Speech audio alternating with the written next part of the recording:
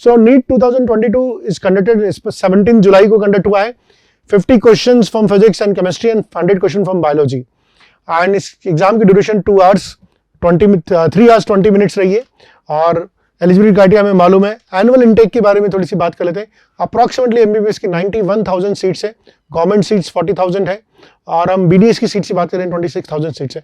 अब देखिए सबसे इंपॉर्टेंट जो बात यहाँ पर हम करेंगे ओवरऑल मार्क्स डिस्ट्रीब्यूशन की बात करते हैं. यहाँ पर आप देख सकते हैं यहाँ पर क्लास 11th में 93 क्वेश्चन हैं जो क्लास 11 के सिलेबस पर आए. So out of 200 question 93 question ऐसे थे जो क्लास 11 के सिलेबस पे थे. एंड इसी तरह से क्लास 12th में 107 क्वेश्चन आए. तो अब क्लास 11 का सिलेबस का जो वेटेज है वो 46.5 है, और क्लास 12 के सिलेबस का वेटेज जो है वो है 53.5% वेटेज है. तो वाई नीट की तैयारी के लिए 11 की पढ़ाई भी बहुत इंपॉर्टेंट हो जाती है. उसका एक जीता जागता उदाहरण है.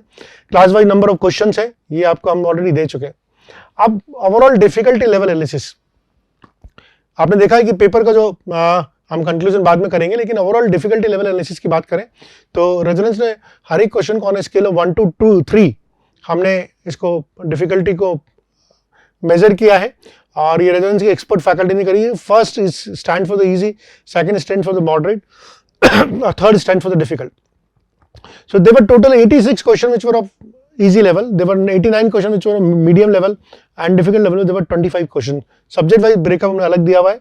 अगर आप देखते हैं इजी क्वेश्चन में केमिस्ट्री के जो इजी क्वेश्चन थे वो थोड़े से कम थे, बायोलॉजी के इजी क्वेश्चन ज़्यादा थे, और फिजिक्स के इजी क्वेश्चन मॉडरेट लेवल पे थे. और मीडियम लेवल की बात करें तो 39 क्वेश्चन बायोलॉजी के थे जो मॉडरेट डिफिकल्टी लेवल के थे, और 30 क्वेश्चन केमिस्ट्री के थे, और फिजिक्स के 20 क्वेश्चन थे. और अगर हम डिफिकल्ट लेवल के क्वेश्चन के बारे में बात कर लेते हैं तो सबसे ज़्यादा डिफिकल्ट क्वेश्चन थे बायोलॉजी के, एंड केमिस्ट्री के 8 क्वेश्चन, एंड देन फिजिक्स के.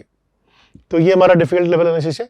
और अगर हम पिछले 5 सालों से इस पेपर के डिफिकल्टी लेवल एनालिसिस को मेजर करते हैं तो हम देख सकते हैं ओवरऑल डिफिकल्टी लेवल जो था इसका 1.72 था इस पेपर का, जो कंपेयर टू लास्ट ईयर थोड़ा सा टफर साइड पे था. और 2020 का भी हमने किया हुआ है, 2019 का भी किया हुआ है, 2018 का भी किया हुआ है, 2017 का भी किया हुआ है. और अगर हम सब्जेक्ट वाइज डिफिकल्टी लेवल की बात करते हैं तो फिजिक्स सबसे इजी थी, केमिस्ट्री वाज 1.92 एंड बायोलॉजी हो ना 1.63. आप ये जब डिफिकल्टी लेवल एनालिसिस कर रहे हैं इजी मीडियम एंड टफ उसके बेसिस पे कर रहे हैं, जिसको 1 to 3 से रेट कर रहे हैं. और ये पूरा एक डिटेल्ड चैप्टर वाइज एनालिसिस है, जहाँ पर आप फिजिक्स में देख सकते हैं कि इलेक्ट्रोडायनेमिक्स से 16 क्वेश्चन आए थे और 32% का वेटेज था, और मॉडर्न फिजिक्स से 10 क्वेश्चन आए थे, 20% का वेटेज था, और एसएचएम में वेव से 2 क्वेश्चन आए थे, 4% का वेटेज था, मैकेनिक्स से 15 क्वेश्चन आए थे, 30% का वेटेज था. और इसी तरह से अगर हम मैकेनिक्स की बात करते हैं ना 15 क्वेश्चन थे, 30% का वेटेज था. हीट एंड डायनामिक्स थर्मोडायनामिक्स से 3 क्वेश्चन थे, 3% का वेटेज था. और ये पूरा वेटेज फिजिक्स का. इसी तरह से हम केमिस्ट्री का वेटेज देख सकते हैं.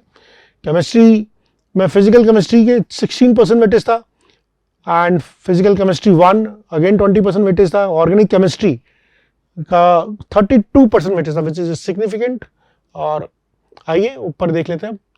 इनऑर्गेनिक केमिस्ट्री का 18% वेटेज था, inorganic chemistry 2 10%, organic chemistry 4%. So this is breakup with the subject wise, top chapter wise. Biology में देख लेते हैं. Ecology 11%, plant physiology 8%, and biotechnology 1%. And फिर हम यहाँ देख सकते हैं बाकी chapters. Transportation in plants 2%, biotechnology application 4%. Important है reproduction 8%, cell structure function 5%, evolution 3%, living world 5%, respiration plant 3%, animal world 4%. And इसी तरह से और भी नीचे जा सकते हैं, तो हम और भी सारे के सारे हमें एनालिसिस यहाँ पर दिख जाएंगे. ओवरऑल कंक्लूजन अगर हम पेपर का करते हैं, तो ये 2021 के कंपैरिजन में क्वाइट टफ था, है ना. पेपर का लेवल ज़्यादा था. और अगर हम केमिस्ट्री सब्जेक्ट की स्पेशली बात करें तो केमिस्ट्री सब्जेक्ट ज़्यादा टफर साइड पे था. और क्वेश्चन इन केमिस्ट्री जो थे वो बहुत ज़्यादा कैलकुलेटिव थे compare to last year, and conceptual भी डिफिकल्ट थे.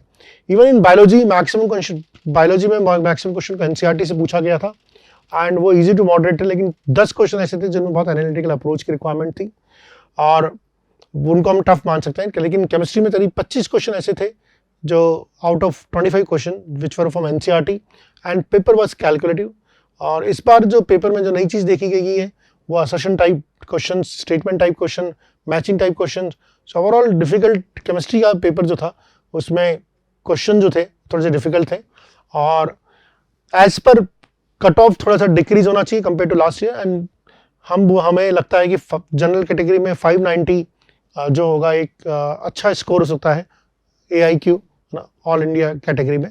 So that's all, and this is been brought by the Resonance Pre-Medical Division. I hope you would have liked it. This is a 6 hours, 16 minutes live session, and we are very thankful to our teachers, faculties, our entire support team, IT team, and SMD team for making this happen, because this was a marathon exercise, and it's now time to say good day, good morning, whatever you say. So thank you, and stay in touch. And as far as you want to download answer key or see the solution, you can go on the website, and if you want to calculate your approximately rank, then you can go and log on to our website. वहाँ पे जाके आप NEET rank predictor उसको आप वहाँ पर अपना data fill up कर सकते हैं और वहाँ से आपको रैंक मालूम पड़ जाएगी. So that's all for the good night. Okay, that's all for today. Good night everybody. Good morning everybody. Whatever is your state of mind. Okay, bye bye.